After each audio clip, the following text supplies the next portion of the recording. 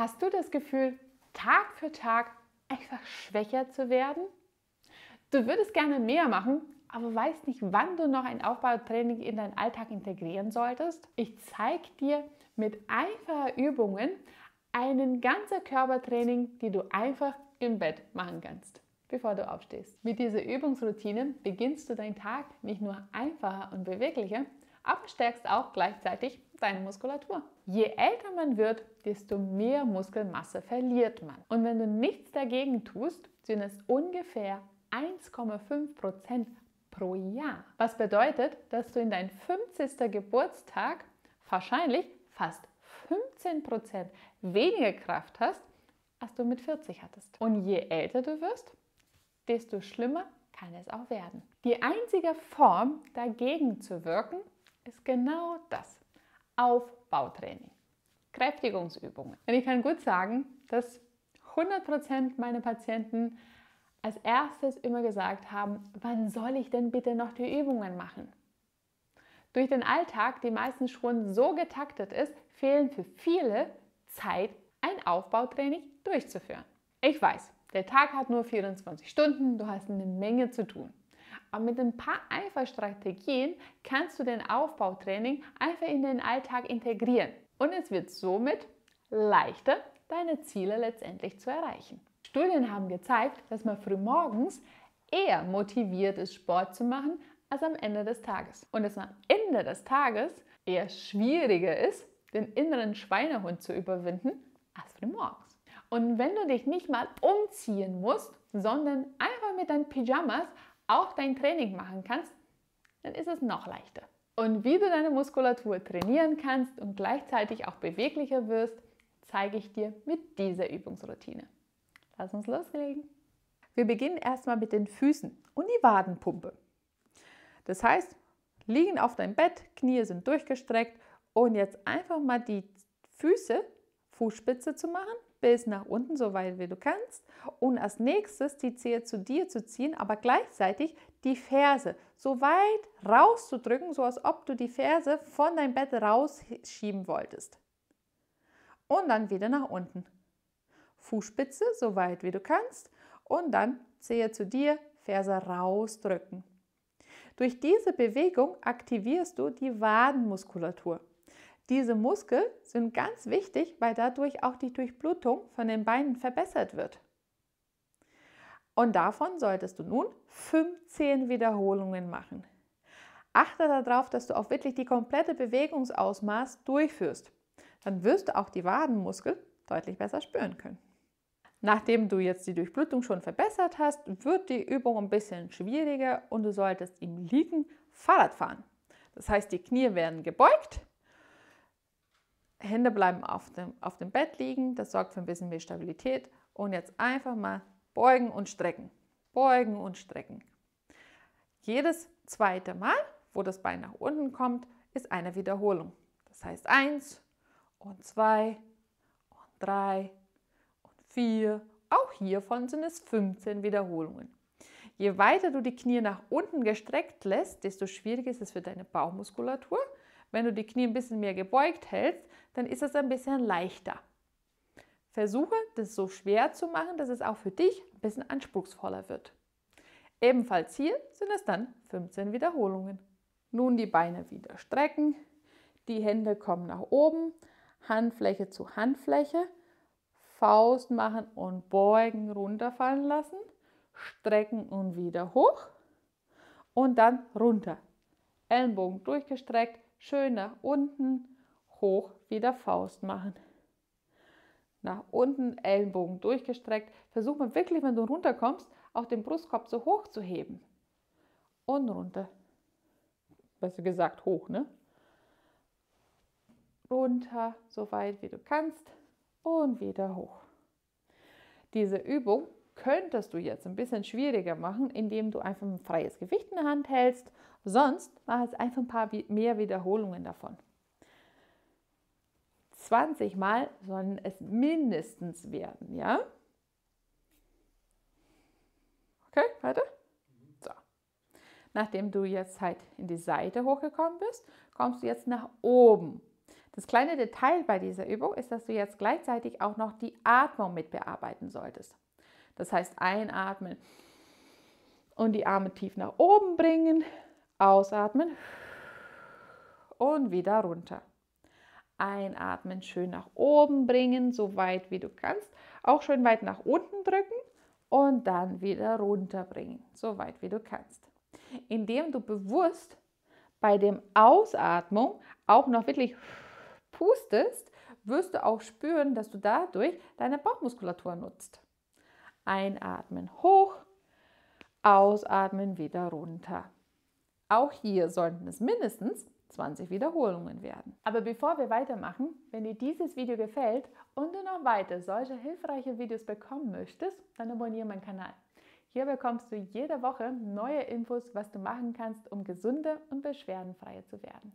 Dein Kopf bleibt noch auf dem Kissen, deine Beine sind durchgestreckt und jetzt drückst du die Ferse so weit nach unten, dass du jetzt halt einen Bogen machst und das Gesäß und dein Rücken von der Liege bzw. vom Bett hochhebst. Spannung langsam loslassen und nur kurz antippen und dann wieder hoch. Und auch bei dieser Übung solltest du jetzt 20 Wiederholungen durchführen. Es kann aber, jetzt wichtig, wenn du jetzt mit Arthrose an dem Rücken zu tun hast, kann es sein, dass du bei dieser Übung Schmerzen hast. Wenn es so ist, dann ist eine Lösung, dass du die Beine einfach aufstellst, zuerst dein Becken zu dir ranziehst. Das heißt, die Wirbelsäule wird jetzt ein bisschen gerade, die drückt ein bisschen mehr gegen die Matratze und in diese Position kommst du jetzt hoch. Gesäßmuskulatur gut anspannen und dann wieder runter. Trotzdem, wenn du unten bist, versuche dieses Kippen vom Becken nicht zu verlieren. Dadurch, dass du die Wirbelsäule sozusagen ein bisschen geradener machst, hast du eine Entlastung von dem hinteren Anteil von der Wirbelsäule, beziehungsweise von der Lendenwirbelsäule. Und dadurch vermeidest du Schmerzen. Bei dem Aufbautraining ist es schon sinnvoll, dass du irgendwann zu diesen hinkommst. 20 Wiederholungen sollen es auch hier werden. Bei einem Ganzkörpertraining ist es wichtig, dass du große Muskelgruppe trainierst, wie Beine und Arme, aber auch Spiele und Gegenspiele. Rückenmuskulatur hatten wir schon. Als nächstes geht es um den Bauchmuskel. Und im Gegensatz zu das, was man früher gesagt hat, so hoch zu kommen, ist überhaupt nicht schädlich. Es ist eine gute Möglichkeit, deine Bauchmuskulatur zu trainieren. Und so soll es auch gemacht werden. Du legst dich auf den Rücken, Hände nach oben Richtung Decke hin und jetzt hochkommen und versuche jetzt bis zu deiner Zehe zu kommen. Dann wieder hinlegen. Hände kommen wieder zur Decke hin und in die Beugung hochkommen. Deine Zehe anfassen oder auch den Unterschenkel, je nachdem wie weit du kommst, und wieder hinlegen. An der Luft und weiter geht's. Hoch und runter. Einatmen, ausatmen, hoch. Einatmen, runter und ausatmen, hoch. Auch hier sollen es 15 Wiederholungen werden. Die Muskulatur ist erstmal schon aufgewärmt und jetzt werden die Übungen auch ein bisschen schwerer. Sitzen. Die Hände, die zeigen nach vorne. Je tiefer dein Bett ist, desto schwieriger wird auch die Übung. Die Ellenbogen zeigen nach hinten und in diese Position drückst du jetzt deine Hände nach unten, so als ob du deinen Rumpf von dem Bett hochheben willst. Strecke dabei komplett die Ellenbogen und lass dann wieder locker. Das Ziel bei dieser Übung ist hauptsächlich, dass du die Ellenbogen streckst. Das heißt, das Gesäß von der Liege hochheben. Oder noch besser, vom Bett hochheben. Bleib in der Spannung, halte es für 1-2 Sekunden und lass es dann wieder los. Wenn du Schwierigkeiten hast in den Händen, kannst du genauso auch ein Faust zu machen. Nach unten drücken, oben kurz halten und langsam wieder los. Und als nächstes geht es um die Nackenmuskulatur.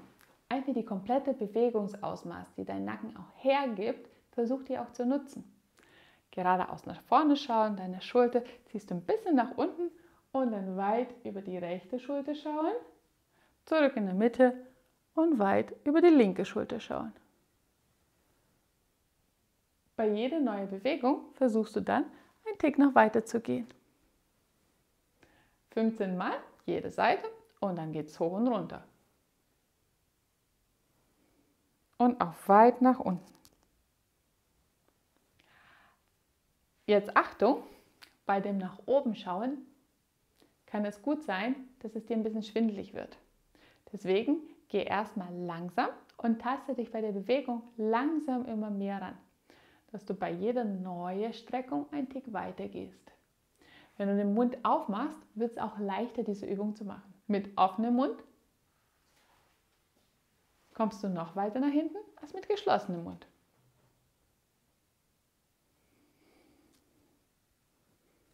Ebenfalls hier 15 Wiederholungen und als nächstes dann kreisen.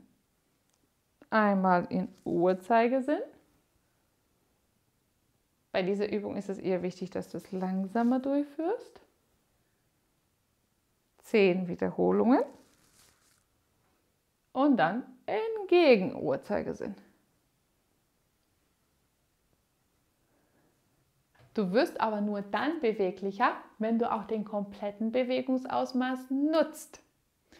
Lasse dich nicht vor Schmerzen erschrecken.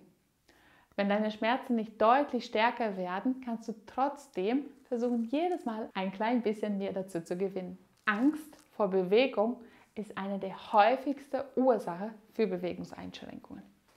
Trau dir ein bisschen mehr zu. Und weiter geht's mit dem Aufbautraining der Oberschenkel. Die Kniebeuge, die viele Patienten so viel Angst haben. Dafür solltest du einfach dich vom Bett einmal aufstehen. Wenn du oben angekommen bist, gehst du dann auf die Fußspitze noch dazu. Füße runter und wieder hinsetzen. Aufstehen, oben angekommen, Fußspitze noch dazu.